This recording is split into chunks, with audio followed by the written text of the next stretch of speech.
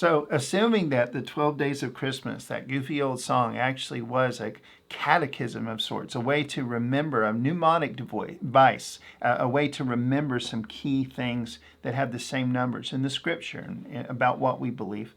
The partridge in a pear tree is Jesus.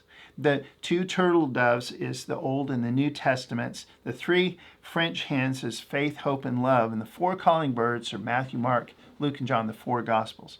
So now we're up to the part that the big 5 gold rings, that part. Ready? It's the Pentateuch, the first 5 books of the Bible.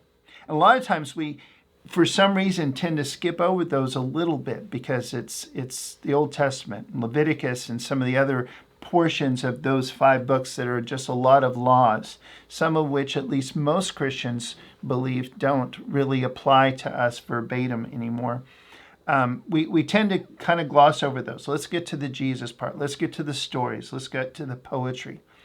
But there's so much foundational truth, especially in Genesis. And without Genesis and Exodus especially, we don't have the foundation of pretty much everything else that happens in the entire story. That's where it starts. And Jesus himself goes back to that.